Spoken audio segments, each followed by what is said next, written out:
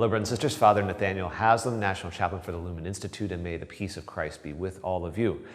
As we go into November, we have meditated and discussed the first two leadership virtues, and now we're going on to the third, integrity, which the handbook defines as consistency between what one professes to be and how one lives, right? To be consistent. I think of, sometimes we've all had the experience of having, seeing something that we're going to eat and it looks really good, really tasty, and it doesn't live up. It's not consistent. The appearance and the taste are not consistent. And in college, I still remember, like yesterday, getting this amazing New York bagel. I thought it was fresh.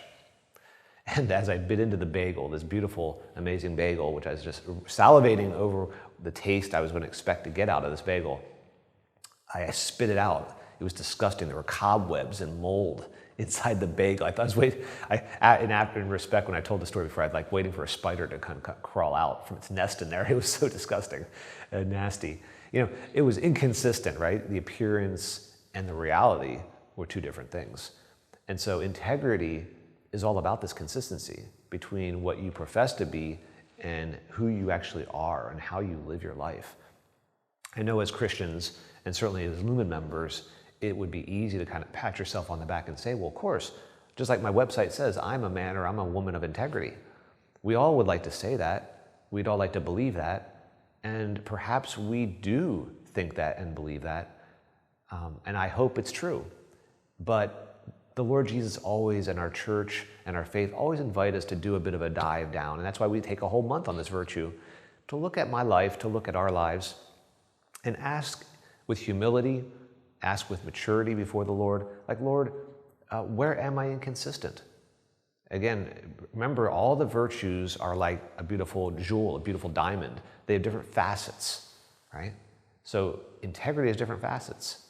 How consistent am I in my daily prayer life? How am I consistent in my going to worship the Lord on Sunday? How consistent am I in taking advantage and asking for pardon and mercy and reconciliation? How consistent am I? I say I'm Catholic, right? Or I'm Christian. How consistent am I in the way I treat my wife or my husband, my kids or grandkids, my parents? How consistent? I say that I'm a person of love, that I'm a good person, but do I really behave towards those in my life, including my employees? Do I behave with integrity? Am I consistent between what I profess to be and what I'm going to say and treat and what I actually do? And if you're like me, I think we all are like this one way or the other, there's certain facets of every virtue where we are inconsistent with that virtue. And so this month we're going to celebrate integrity.